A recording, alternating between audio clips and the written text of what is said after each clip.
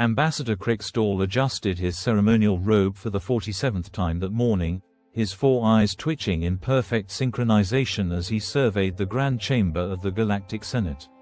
Everything was perfect, as usual. Every seat was occupied by the correct species. Every name placard was aligned at exactly 23.7 degrees, and every delegation had submitted their forms in quintuplicate, as required by subsection 7, paragraph 4, subparagraph Q of the Grand Senate Protocol. Well, almost everything was perfect. That blasted empty seat was still there, mocking him with its perpetual vacancy. The nameplate read, Earth, and like every session for the past 300 years, it remained unoccupied. I simply don't understand it, Crickstall muttered to his assistant, a floating orb named Bob, who had given up trying to teach anyone its real name centuries ago. They responded to the invitation. They signed the membership treaties. They even paid their dues in advance for the next millennium. But they never show up. Bob made a sound that might have been a sigh if floating orbs could sigh. Perhaps they're just busy, sir. Busy, busy. What could be more important than the properly scheduled, properly documented, properly regulated proceedings of the Galactic Senate? The betting pool on why Earth's seat remained empty had grown to astronomical proportions. The Zedarklaxians were convinced humans were simply too primitive to figure out interstellar travel. The Flupians maintained that humans were actually hyper-evolved energy beings who found physical seats beneath them. And the Grixniks, well, they just bet on everything. Session 47,283 of the Grand Galactic Senate will now commence, announced the Grand Chancellor, her 7 arms simultaneously banging 7 gavels in perfect harmony. First order of business: the approval of the approval process for approving new approval procedures. Crickstall settled into his seat, ready for another productively bureaucratic day. But just as the first subcommittee was about to present their findings on the optimal shade of blue for form headers, the chamber's doors burst open. A bipedal figure strode in, wearing what appeared to be a garment the database identified as a Hawaiian shirt, paired with something called cargo shorts. The chamber fell silent, all 17 varieties of alien jaws dropping in unison. "Sorry I'm late," the figure announced cheerfully. "Traffic was hell. Also, had to stop for coffee. Speaking of which, anyone want some? I brought extra." Crickstall's 4 eyes blinked rapidly in disbelief. You can't just walk in here. There are procedures, protocols. You need to file an entry intent form, followed by a movement authorization request, preceded by a verbal declaration pre-approval application. The human grinned, pulling out a stack of crumpled papers from one of his many cargo pockets. "Oh, you mean these? Yeah, filled them out. Used them as coffee cup coasters on the way here. Hope that's okay. I'm Terrence O'Malley, by the way. Earth's new representative. And before you ask, yes, this is our formal diplomatic attire." The Grand Chancellor's 7 arms all froze mid-gavel. But, the forms are wrinkled. "Adds character," O'Malley replied, making his way to Earth's long empty seat. "Oh, and I hope you don't mind, but I took the liberty of reorganizing the parking system outside. The alphabetical arrangement by species name was a bit confusing, so I just told everyone to park wherever they could fit. Much more efficient." A collective gasp echoed through the chamber. The Zedarklaxian representative fainted. 3 Flupians simultaneously molted in shock. And somewhere in the back, a Grixnak bookmaker started frantically recalculating odds. "You can't do that," Crickstall sputtered. The parking arrangement was established by the Subcommittee on Vehicular Placement Optimization after only 12 years of deliberation. O'Malley shrugged, propping his feet up on the pristine desk. "Already done. By the way, has anyone ever noticed that the ventilation system in here is super inefficient? I made some adjustments to that too. Should save about 60% on energy costs. Also, the cafeteria now serves something called tacos on Tuesdays." Bob, the floating orb, made a sound that might have been a chuckle. Crickstall shot him a disapproving glare with all 4 eyes. "This is unprecedented." The Grand Chancellor declared, all 7 of her arms waving in distress. We must convene an emergency session of the Committee on Unprecedented Events to determine if this is, in fact, unprecedented. Already unprecedented, O'Malley said, pulling out a tablet. Checked the records on my way in. Also, did you know your entire database was vulnerable to something called SQL injection? Fixed that too. You're welcome. As chaos erupted in the normally orderly chamber, with various species either fainting, molting, or frantically placing new bets, Crickstall had a terrible realization. This wasn't just a violation of protocol. This wasn't just a breach of procedure. This was something far worse. This was efficiency. The human had done more in 10 minutes than the Senate had accomplished in its last decade of sessions. And he hadn't filed a single form in triplicate. As O'Malley pulled out something called a vuvuzela, and asked if anyone wanted to hear Earth's traditional diplomatic greeting song, Crickstall finally understood why Earth's seat had remained empty for so long. It wasn't because humans couldn't attend. It was because the galaxy wasn't ready for them. And judging by the sound now emanating from O'Malley's instrument, causing 3 more species to molt and the Gricksnack bookmaker to declare all bets void due to acoustic interference, the galaxy still wasn't ready. Not even close. 3 hours into what should have been a standard 17-hour debate on the proper shade of mauve for interdepartmental memo headers, the Galactic Senate faced its first real crisis in centuries. Not that they knew it was a crisis, yet they were still debating whether to convene the Crisis Classification Committee to determine if the situation qualified for crisis status. Point of order, Ambassador Crickstall shouted, waving a form that was definitely not properly creased. We cannot simply declare an emergency without first filing an emergency declaration intent notice. O'Malley, who had spent the last hour building a paper airplane out of 1,000-year-old treaties, looked up. Sorry, what's happening? I was busy optimizing your waste recycling protocols. Did someone say something about space pirates? The Grand Chancellor's 7 arms each grabbed a different stress ball. The Euraxian delegation has reported unauthorized commercial vessels in the Carina sector, but we cannot proceed without proper, pirates. Why didn't you say so? O'Malley perked up, accidentally launching his paper airplane, which somehow managed to trigger the chamber's ancient sprinkler system. I've got experience with pirates.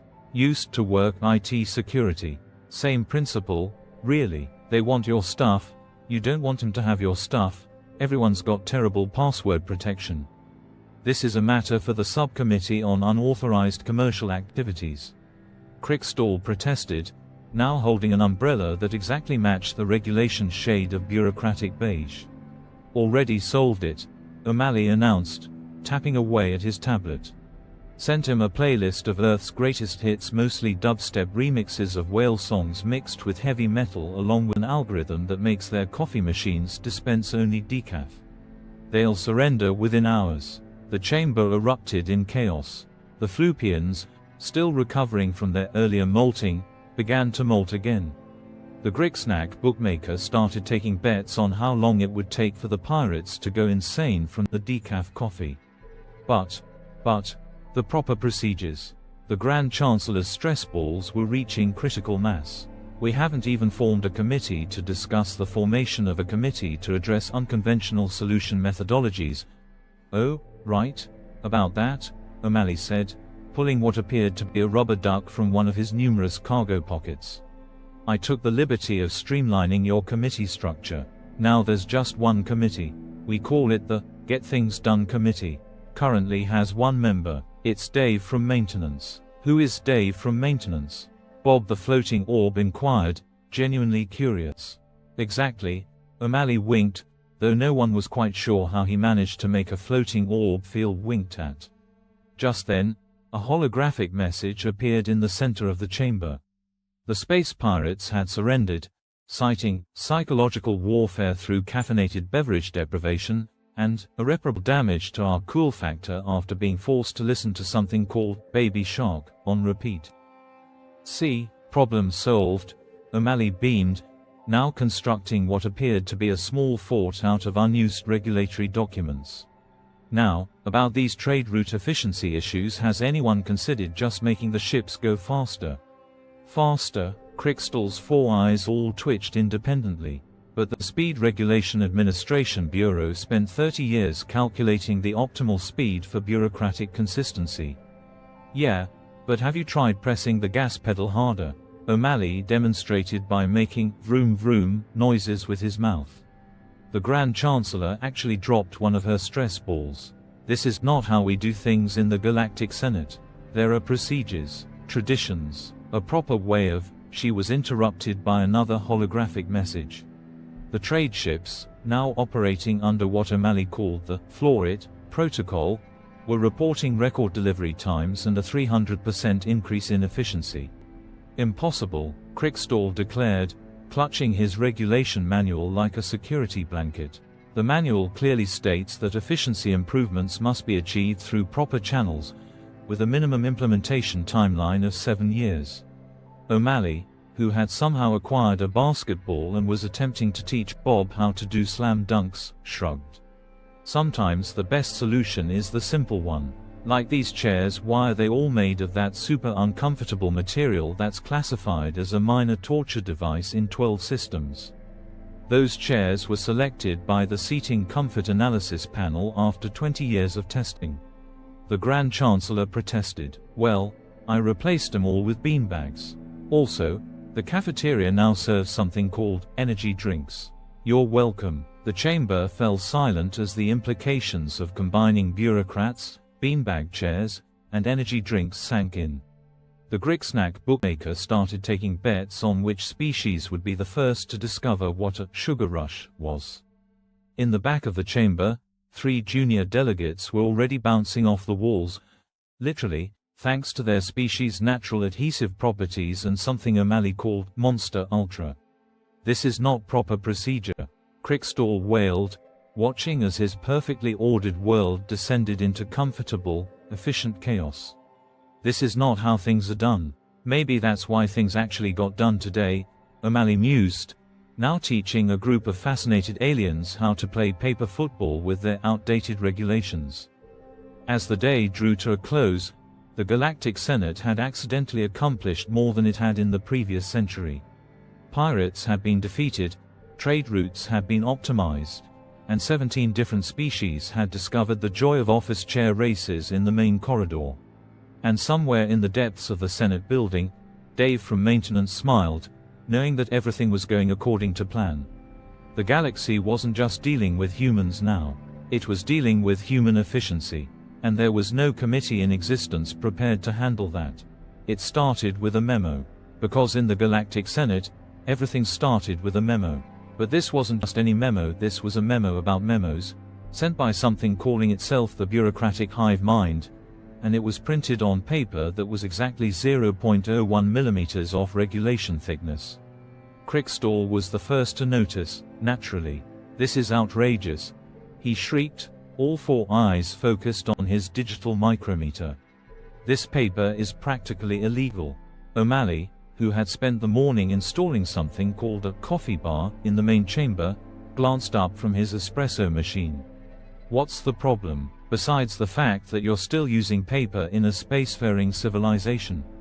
The bureaucratic hive mind, the Grand Chancellor intoned gravely, all 7 of her arms clutching different emergency procedures manuals. They were sealed away eons ago, after attempting to standardize the entire galaxy into a single, efficient. O'Malley perked up. Not human efficient, Bob the floating orb clarified.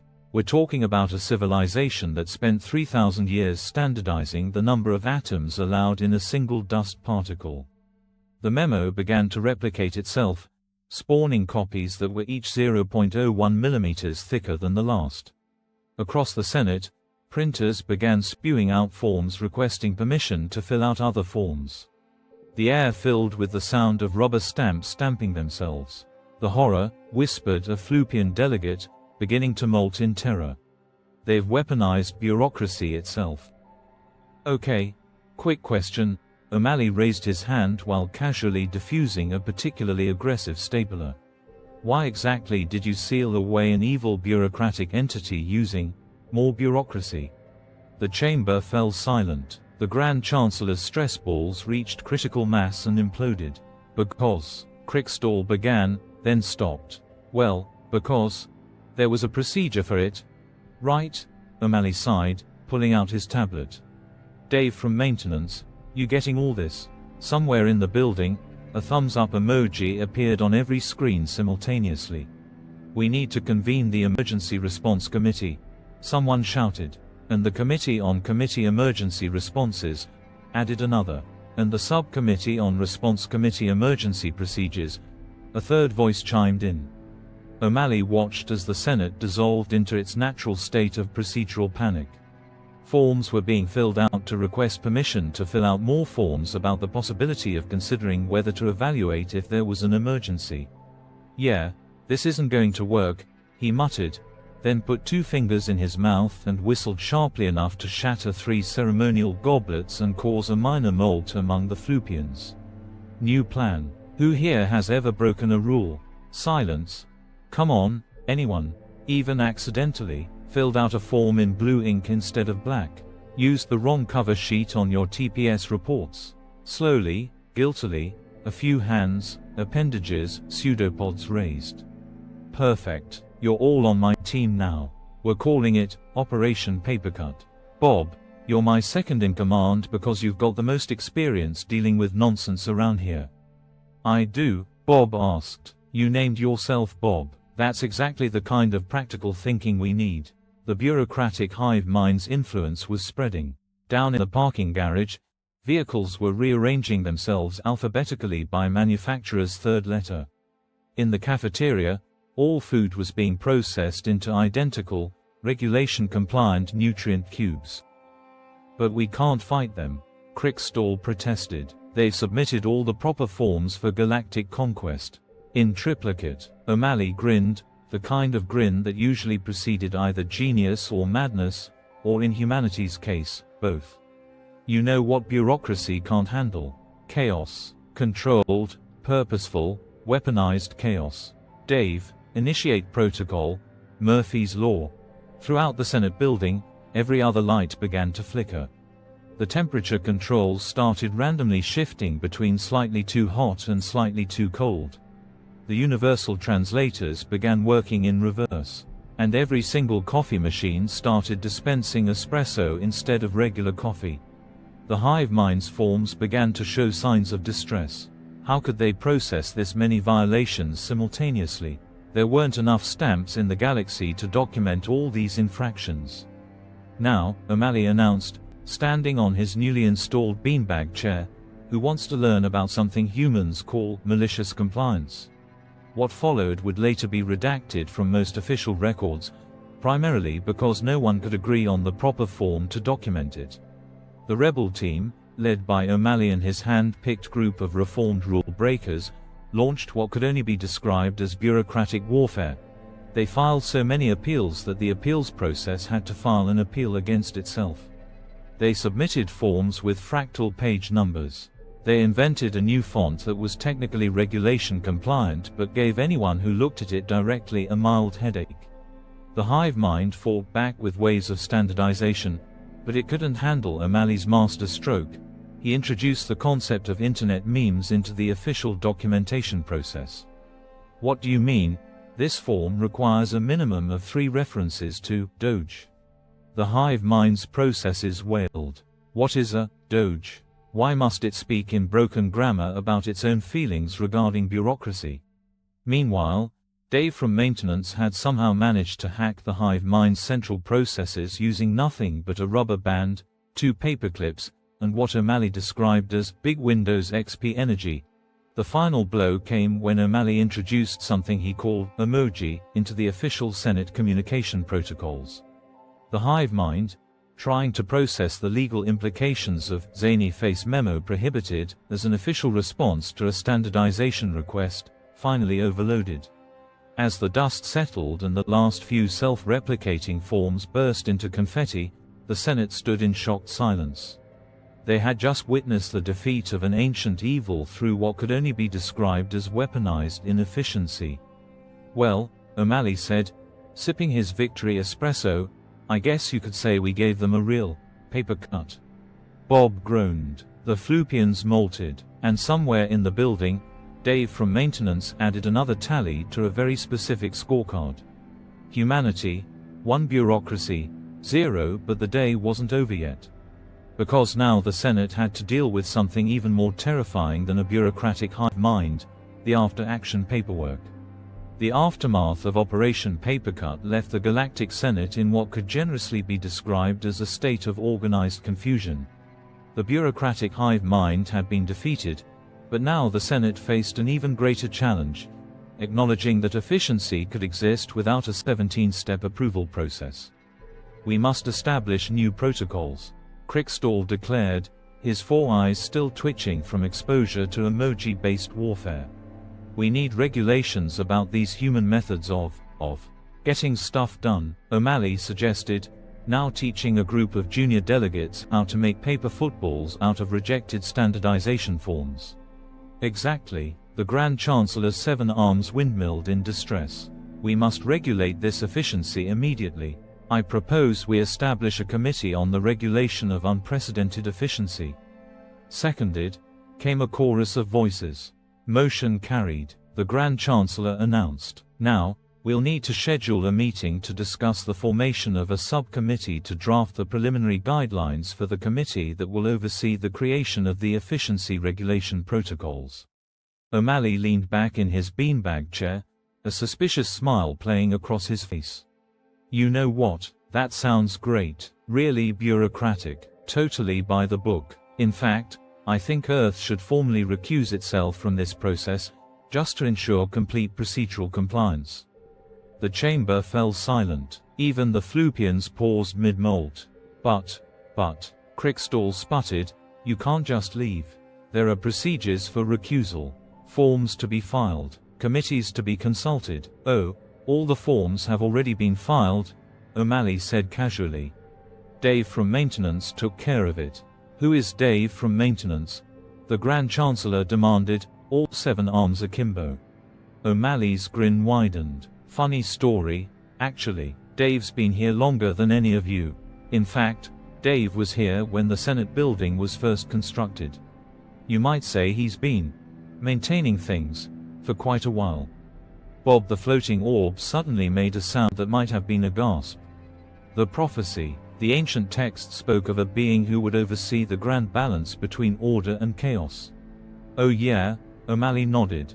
"We call that middle management on Earth. Dave's basically been running a pilot program in galactic efficiency for the past few centuries." "Why did you think everything around here worked despite all the bureaucracy?" The revelation hit the Senate like a perfectly filed Form 27B-6. Every time a crucial system mysteriously fixed itself, every time paperwork somehow found its way through the system despite breaking 17 different regulations, every time the coffee machines produced actually drinkable coffee. "You mean," Crickstall's voice trembled, "humans have been here all along?" "Course we have," O'Malley shrugged. "We just found it was easier to get things done if we didn't make a big show of it." "Why do you think Earth's seat was always empty?" "We were too busy actually running things to sit around talking about running things." The Grand Chancellor's stress balls, recently replaced, all popped simultaneously. "But that's not possible. There are no records, no forms, no documentation." "Check Archive Sub-Basement 27, O'Malley suggested. Under M for maintenance reports. Dave's very thorough. Been documenting everything since the beginning. Just, in a filing system so efficient none of you could ever find it." As if on cue, every screen in the chamber lit up with a simple message. "Thumbs up, Dave. So you see," O'Malley continued, standing up and brushing off his cargo shorts, "I think it's best if Earth's seat remains officially empty. We've got a good system going, and I'd hate to mess it up with actual formal participation. Besides, someone needs to keep the chaos quietly organized." But what about the regulations we were about to create?" Crickstall asked weakly. "Oh, those, already taken care of. Filed them this morning, backdated 3 centuries. According to the official records, everything that's happened here today was completely within regulations. Even the rubber ducks. Especially the rubber ducks." The Senate sat in stunned silence as O'Malley gathered his things: the coffee maker, the rubber ducks, and what appeared to be a small collection of now priceless first edition Senate regulatory manuals. "Don't worry," he said cheerfully. "Everything will keep running smoothly. Dave's got a whole team now. Jerry in accounting, Susan in IT, Mohammed in operations. We're everywhere. Always have been. We just find it works better if you folks focus on the important stuff, like debating the proper shade of mauve for memo headers." As O'Malley headed for the door, he turned back one last time. "Oh, and Crickstall, those forms you've been trying to file for the past decade. Check your top drawer, you'll find they were approved 9 years ago. You just hadn't looked in the right place." With that, Earth's first and last official representative to the Galactic Senate strolled out, leaving behind a chamber full of bureaucrats trying to process the revelation that the galaxy's most efficient species had been running everything from the maintenance department all along. The next day, Earth's seat was empty again. The Senate returned to its usual procedures, debate, and committees. But now they did so with the uncomfortable awareness that somewhere in the building, human efficiency experts were quietly keeping the galaxy running while they argued about the proper procedure for ending a meeting.